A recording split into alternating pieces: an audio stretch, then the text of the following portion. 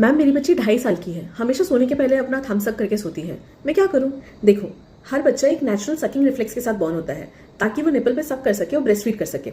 बाद में भी थम सकिंग उन्हें एक कंफर्ट, एक काम प्रोवाइड करती है, एक सेंस ऑफ सिक्योरिटी देती है। बच्चे के इनिशियल 2 इयर्स काफी ज्यादा टर्बुलेंट होते हैं, emotional changes, separation anxiety, teething हो रही है, बच्चे की ग्रोथ हो रही है, नए नए माइलस्टोन्स अचीव कर रहे हैं। तो ऐसे में कई बार बच्चा सेल्फ सूथ करने के लिए सबकॉन्शियसली थम्स अप करता है। इस सिचुएशन में अगर पेरेंट्स बच्चे को बहुत ज्यादा ओवर रिएक्शन देते हैं, उसे बार बार बोलते हैं कि हटा उंगली मुंह से, जोर से उसका हाथ झटकने आ जाते हैं, उसे डांट लगाते हैं, तो बच्चे को ये लगता है कि जब भी मैं मुंह में उंगली डालता हूँ तब दादी या मम्मी कोई ना कोई पास आता है, मुझे अटेंशन देता है। ऐसा करने से जो चीज बच्चा धीरे धीरे सबकॉन्शियसली कर रहा था, जो थोड़े टाइम में वो शायद खुद से छोड़ देता, अब वो इसकी एक अटेंशन सीकिंग हैबिट बनती जा रही है।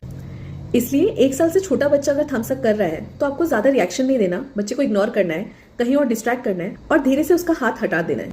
मैक्सिमम केसेस में 2 से 3 साल तक बच्चे ग्रेजुअली खुद से ही थम सकिंग छोड़ देते हैं। लेकिन अगर आपका बच्चा 3 साल से बड़ा है, बच्चे को जॉ के या टीथ के चेंजेस हो रहे हैं, बच्चे को स्पीच इश्यूज है, बच्चे को बार बार इन्फेक्शन हो रहे हैं, स्किन डैमेज हो रही है, अगर ये सारी चीजें हो रही है तो आपको इंटरवीन करना जरूरी है। तो हम इसके लिए क्या क्या कर सकते हैं? सबसे पहले बच्चे को ज्यादा अटेंशन नहीं देना है, बच्चे पे चिल्लाना नहीं है, बहुत ज्यादा जोर से टोकना नहीं है, भाग भाग के उसके पास नहीं आना है।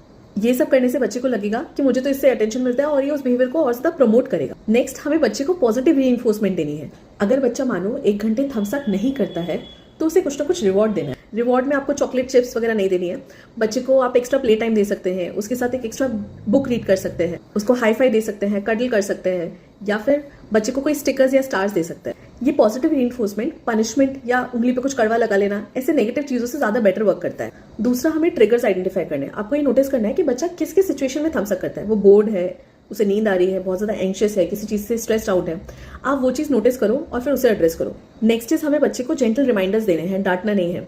से अगर बच्चा थम्स अप कर रहा है तो जेंटली उसके एल्बो पे टैप करो और उसे याद दिलाओ कि हमें मुंह में उंगली नहीं डालनी है। ऐसे आप कंसिस्टेंटली करेंगे तो बच्चे को पता चलेगा कि जब भी मम्मा एल्बो पे टैप करती है तो मुझे मुंह से उंगली निकाल लेनी। नाइट के टाइम में भी ये जेंटल रिमाइंडर्स के लिए आप बच्चों की उंगली पे बैंडेज बांध सकते हैं, थंब गार्ड यूज कर सकते हैं। हमें बच्चे को डांटना नहीं है, शेम नहीं करना है, मजाक नहीं उड़ाना है, उसका हाथ नहीं बांधना है।